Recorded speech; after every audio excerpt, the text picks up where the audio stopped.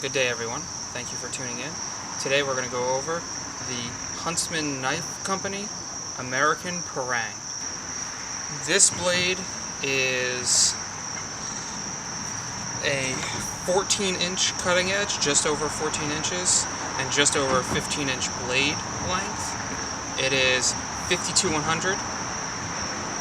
It is about, I believe, a 3/16 inch thick. It has a false swedge on the back, swedge down the front. A really nice, thick, beefy handle. This is black Terra Tough, this handle. As you can see, I've already been using it and testing it. I already have some performance footage of this blade. It has this huge swell back here to keep your hand locked in very well. Pretty good performer, heavy blade. And when I mean heavy blade, it is 1 pound 13.5 ounces. So it's heavy, it's going to chop. Our balance point on this large blade is right about here. Roll my finger that way, right about there. So very blade heavy. You have this ring, you have this open choil here for a finger for choking up for finer work. Then your regular forward position, and then a rear position. So far, pretty impressive blade. Able to chop down some trees, able to chop up some firewood.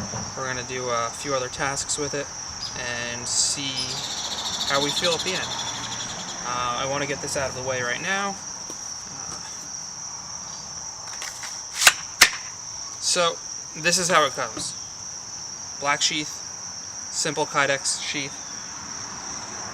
What I would like to see different from Hunter over at Huntsman Knife Co. is some sort of thumb ramp here for drawing easier. I really have to pull, so some sort of recessed thumb ramp would be great. Great retention, awesome retention on this sheath. But what I would also like to see is more of an open back design, so you can draw by pulling the knife up and out instead of having to draw the entire knife out of the sheath. Or if you can't do that, save space by just doing a fold-over design if possible. I'm not a kydexer, so I don't really know, but if you could do a fold-over design. And it looks like, which I just noticed, I have a little slice in this sheath, but that could have been for me. I don't know. Maybe that was for me. No idea. Anyway, let's go ahead, take this out, and do some testing.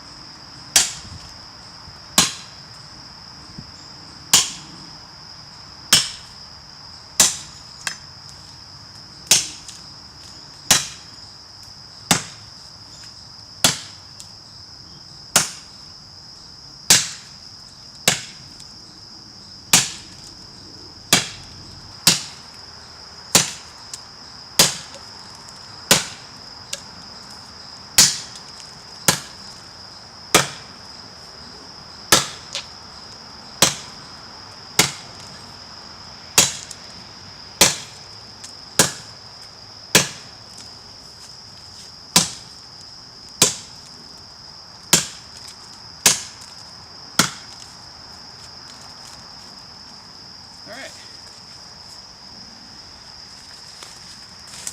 Come around the back.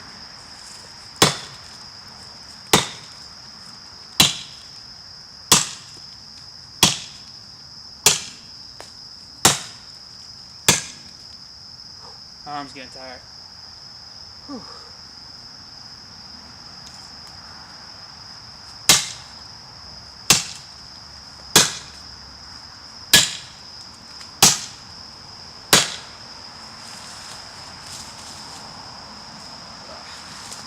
It's all tight in here.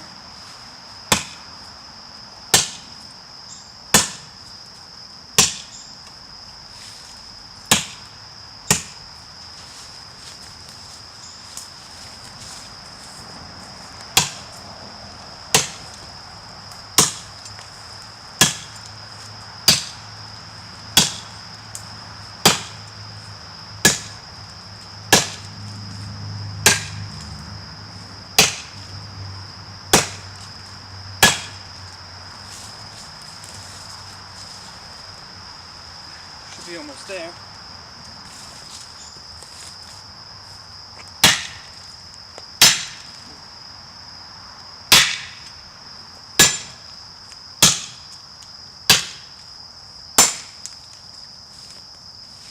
Center of this. It's pretty damn strong.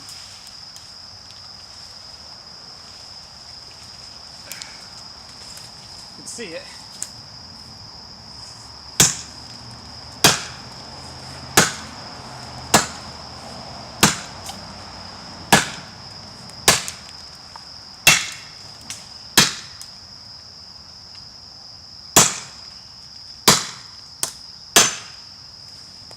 Okay.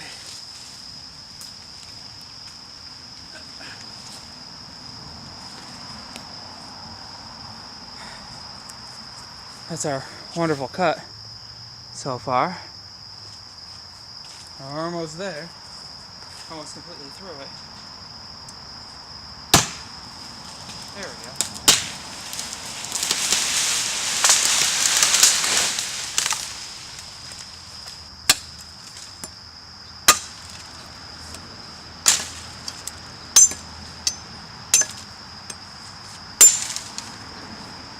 Nothing is a challenge for this thing.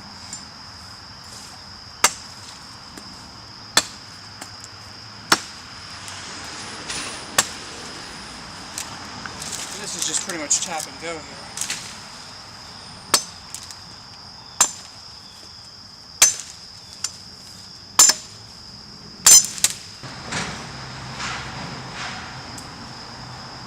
A few more branches. You can just really just drop through these things. It's just tap. Oh, that was a little off. Tap. A little bit harder. Tap. Tap. Tap. That's gone. Tap. Look at the bite out of this thing. Let me move some branches out of the way. Just the amount of bite this thing has is incredible.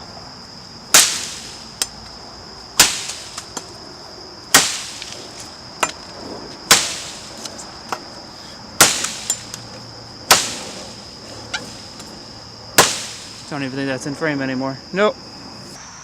Welcome to the Super Scientific Test Lab. We are going to first chop into some bamboo with our parang.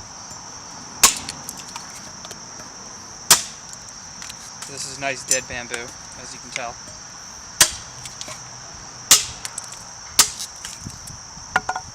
So we'll just do that's not even a full power chop.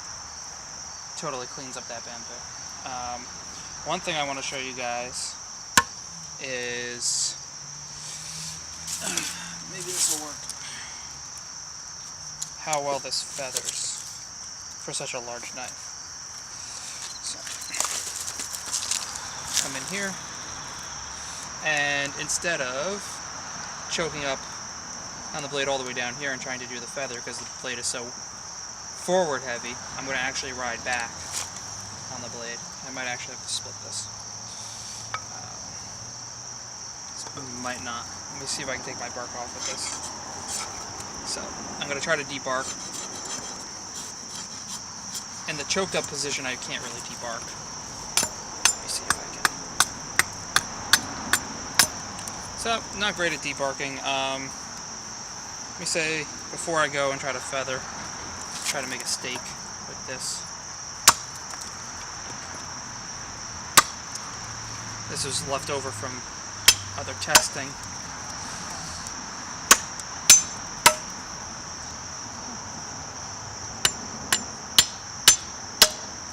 This is nice hard dead maple.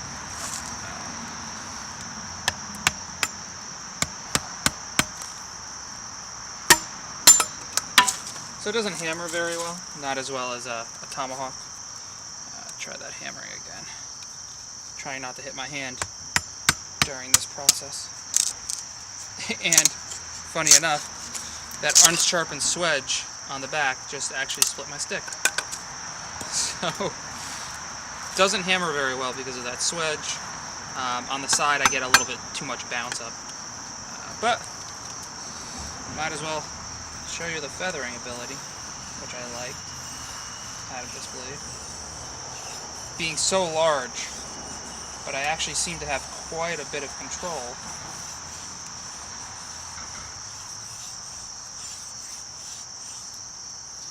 Where I can definitely, there we go, get some really decent feathers out of this.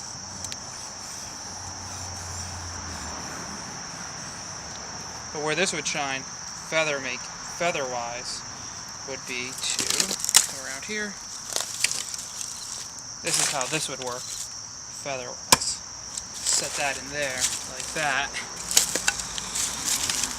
Come through.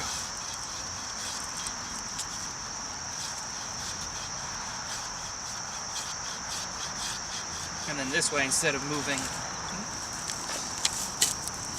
just a little bit more.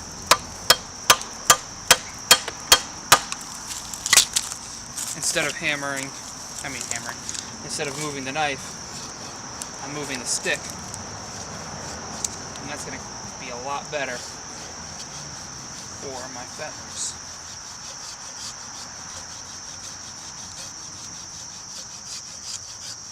A test I haven't had a chance to do is trying to split a piece of wood. This is some sort of willow, I think it was when I got it. I'm not really sure, but it's been sitting for a while, so it's nice and seasoned, it's nice and dry. We're going to try and see if we can chop through this. Ah, that was pretty good. Nice clean break. Go again.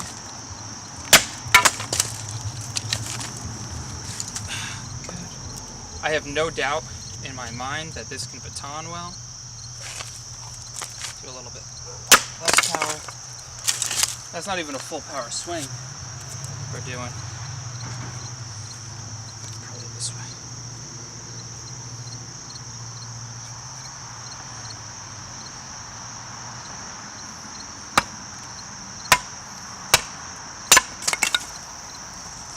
Not bad. Show you guys how much this can bite in. So, you know, across that whole edge. In there. Now I can't get it out. Good job. I'm gonna get my baton.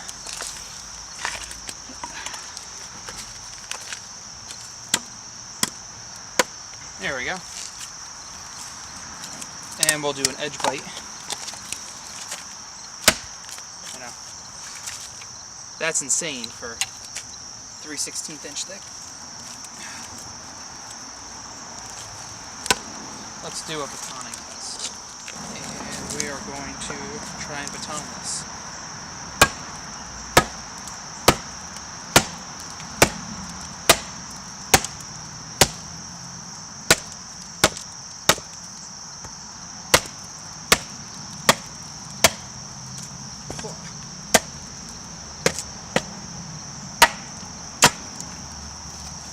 There you go.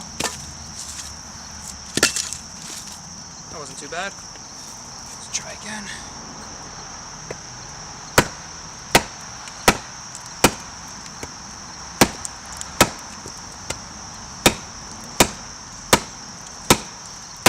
Shredding my baton though.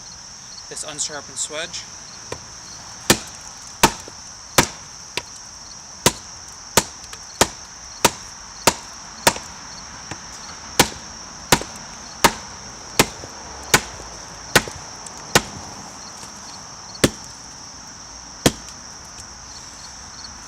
This piece, this section, there must be a knot somewhere. Yeah, right here. That's probably causing the issues that I'm having.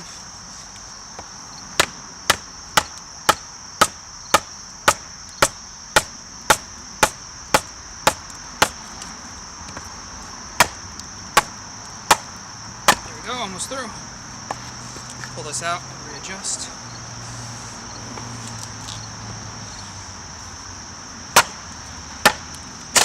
There you go. And one more just because we can. This one shouldn't be too bad. I want to take a moment and talk about this handle. I kind of have a love or hate relationship with this handle. The swells are really awesome. It looks like it's going to contour really well.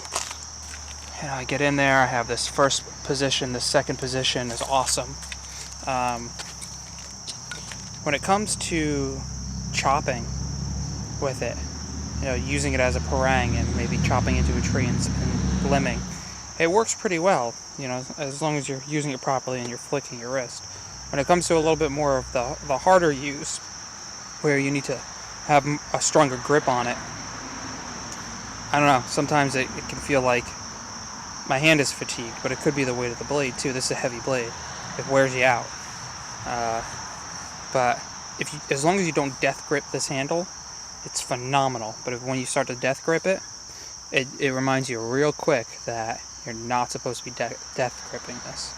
So that could be a make or break. I think the swells are great. I think it works really well on the hand. It just, if you're not using it properly and you don't know how to, you know, swing a machete where it's more of a snap in the wrist with your arm motion than just death gripping and chopping with it, it's going to fatigue you faster and you're going to feel it. That is my only kind of issue I have with the knife, but it's more of a learning curve for myself than a design flaw. I'm going to admit to everyone right now, I am not a fan of using knife spines to start fires, but I'm going to give it a shot. So I'm going to try here.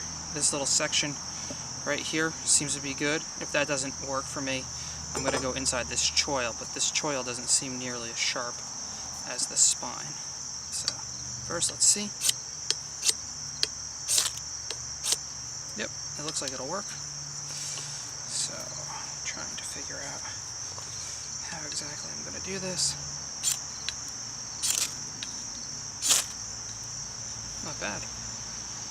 Okay.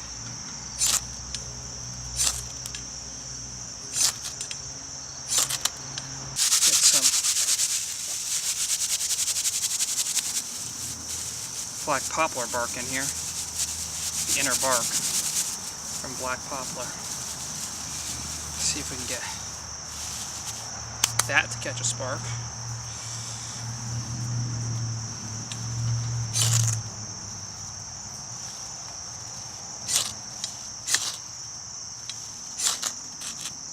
Try a different approach.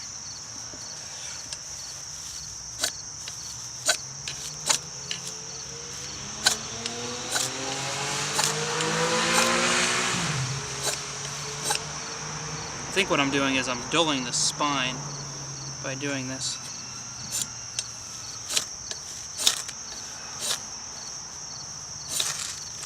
There we go. Woohoo! Fire! Final thoughts on the knife. I think it's good. I'm liking 52-100. Definitely through all the chopping and all the work that you've seen, and then additional testings that I've done, definitely worked out this edge. It is not ridiculously sharp anymore.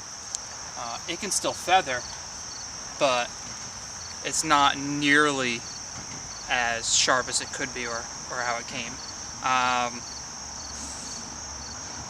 Words to the maker, you know, handle-wise, up here feels great. This rear position feels great. It's just something about it when you death grip it. Seems like, you know, I got a little bit of a hot spot here and death grip up here. and then kind of a hot spot around here around this swell. So maybe this swell area can be worked on. And I know Hunter has some new handle designs for a couple other models that he produces. So maybe eventually we'll see it here on the American Parang as well. Very interested to try his other stuff. I think it'll be absolutely phenomenal. Super high quality. Really, the only thing that I would honestly change about this is I would not need this swedge back here, this unsharpened swedge. I feel like it tears up my batons.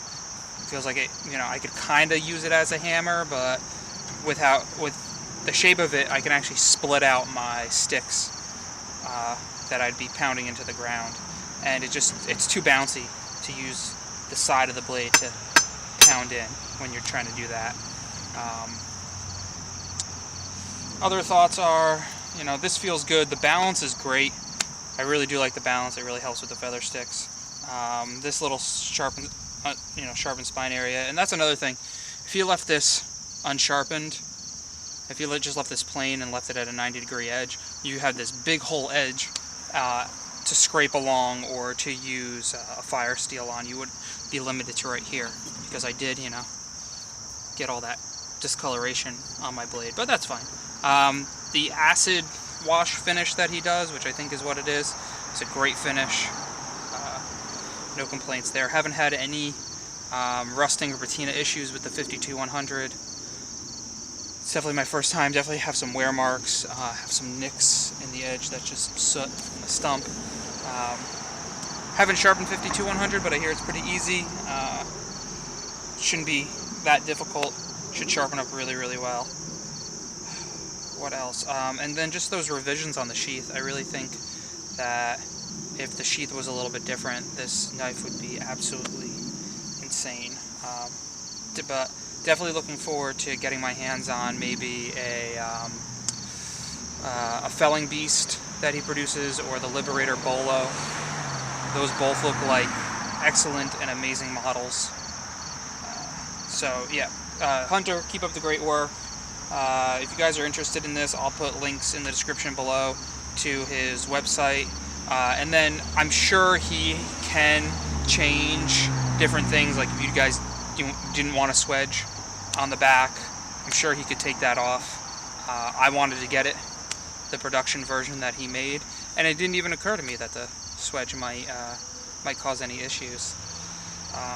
But anyway, guys, if you like what you saw here, please make sure to click like, share, and subscribe, and I'll be back with more reviews soon. See you later.